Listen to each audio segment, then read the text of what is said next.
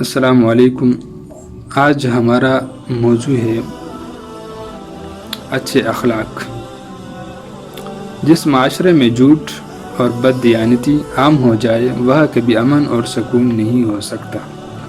اس معاشرے کا صف ہستی سے مٹ جانا یقینی ہوتا ہے، خواہ وہ مسلم ہو یا غیر مسلم۔ اخلاق کسی بھی قوم کی زندگی کے لیے ریڑھ کی ہڈی کی حیثیت رکھتا ہے، خواہ وہ کسی بھی مذہب سے تعلق رکھتی ہے۔ اخلاق دنیا کے تمام مذاہب کا مشترکہ باب ہے جس پر کسی کا اختلاف نہیں۔ انسان کو جانوروں سے ممتاز کرنے والی اصل شے اخلاق ہے۔ اچھے اور عمدہ اوصاف اور کردار ہیں جس کی قوت اور درستی پر قوموں کی وجود، استحکام اور بقا کا انحصار ہوتا ہے۔ معاشرے کے بناؤ اور بگاڑ سے قوم براہ راست متاثر ہوتی ہے۔ معاشرہ اصلاح پذیر ہو تو اس سے ایک قوی، صحت مند اور باصلاحیت قوم وجود میں آتی ہے، اور اگر معاشرہ بگاڑ کا شکار ہو تو اس کا فساد قوم کو گن کی طرح کھا جاتا ہے۔ جس معاشرے میں اخلاق ناپید ہو وہ کبھی مہذب نہیں بن سکتا۔ اس میں کبھی اجتماعی رواداری، مساوات، اخوت اور باہمی بھائی چارہ پروان نہیں چڑھ سکتا۔ جس معاشرے میں جھوٹ اور بددیانتی عام ہو جائے وہاں کبھی امن اور سکون نہیں ہو سکتا۔ جس ماحول یا معاشرے میں اخلاقیات کوئی قیمت نہ رکھتی ہو اور جہاں شرم اور حیا کے بجائے اخلاقی باختگی اور حیا سوزی کو منتہائی مقصود سمجھا جاتا ہو، اس قوم اور معاشرے کا صف ہستی سے مٹ جانا یقینی ہوتا ہے، خواہ وہ مسلم ہو یا غیر مسلم۔ دنیا میں عروج اور ترقی حاصل کرنے والی قوم ہمیشہ اچھے اخلاق کی مالک ہوتی ہے، جبکہ برے اخلاق کے حامل قوم زوال پذیر ہو جاتی ہے۔ یہ منظر آپ اس وقت دنیا میں اپنے شرق اور غرب میں نظر دوڑا کر دیکھ سکتے ہیں کہ عروج اور ترقی کہاں ہے، ذلت اور رسوائی کہاں ہے۔ اخلاقیات ہی انسان کو جانوروں سے الگ کرتی ہیں۔ اگر اخلاق نہیں تو انسان اور جانور میں کوئی فرق نہیں۔ اخلاق کے بغیر انسانوں کی جماعت انسان نہیں بلکہ حیوانوں کا ریوڑ کہلائے گی۔ انسان کی عقلی قوت جب تک اس کے اخلاقی رویہ کے ماتحت کام کرتی ہے تمام معاملات ٹھیک چلتے ہیں۔ جب اس کے سفلی جذبے اس پر غلبہ پا لے، یہ نہ صرف اخلاقی وجود سے ملنے والی روحانی توانائی سے اسے محروم کر دیتی ہے بلکہ اس کی عقلی استعداد کو بھی آخر کار کند کر دیتے ہیں، جس کے نتیجے میں معاشرہ درندگی کا روپ دھار لیتا ہے۔ معاشرہ انسانوں کا نہیں، انسان نما درندوں کا منظر پیش کرنے لگتا ہے۔ یہ سب اخلاقی بے حسی کا نتیجہ ہے۔ انسان کی اخلاقی حس اسے اپنے حقوق اور فرائض سے آگاہ کرتی ہے۔ اجتماعی زندگی کا اصل حسن احسان، ایثار، حسن معاملات، اخوت، رواداری اور قربانی سے جنم لیتا ہے۔ جب تک اخلاقی حس لوگوں میں باقی رہتی ہیں وہ اپنے فرائض کو ذمہ داری اور خوش دلی سے ادا کرتے ہیں۔ جب یہ حس مردہ اور وحشی ہو جاتی ہے تو پورے معاشرے کو مردہ اور وحشی کر دیتے ہیں، تو وہ لوگوں کے حقوق کو خونی درندے کی طرح کھانے لگتا ہے، تو ایسے معاشرے میں ظلم اور فساد عام ہو جاتا ہے۔ انسان میں حیوانی حس کا وجود صرف لینا جانتا ہے، دینا نہیں، چاہے اس کا لینا دوسروں کی موت کی قیمت پر ہی کیوں نہ ہو۔ اور بدقسمتی سے یہی صورت آج ہمارے معاشرے میں جنم لے چکی ہے۔ اسلام میں ایمان اور اخلاق دو الگ الگ چیزیں نہیں ہیں۔ ایک مسلمان کی پہچان ہی اخلاق سے ہے۔ اگر اخلاق نہیں تو مسلمان نہیں۔ یہ ہو نہیں سکتا کہ ایک مسلمان ایمان کا تو دعویٰ کرے مگر اخلاقیات سے عاری ہو۔ ہمارے پیارے نبی اکرم صلی اللہ علیہ وسلم کائنات میں اخلاقیات کا سب سے اعلیٰ نمونہ ہے، جس پر اللہ تعالی جل شانہ کی کتاب لا ریب مہر تصدیق ثبت کر رہی ہے۔ انک لعلی خلق عظیم، بے شک تم بڑے عظیم اخلاق کے مالک ہو۔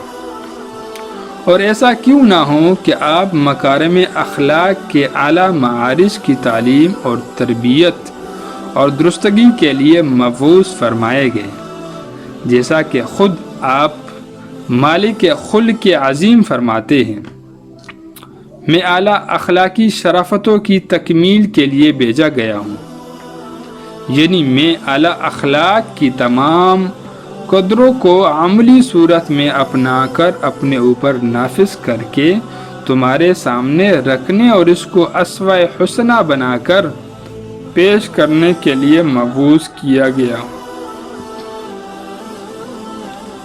ہمارے آقا اور مولا کی پوری زندگی پیکر اخلاق تھی، کیونکہ آپ نے قرآنی اخلاقی تعلیمات سے اپنے آپ کو مزین کر لیا تھا۔ آپ کا اخلاق قرآن کے احکام اور ارشادات کا آئینہ تھا۔ قرآن کا کوئی خلق ایسا نہیں ہے جس کو آپ نے اپنی عملی زندگی میں نہ سمو لیا ہو۔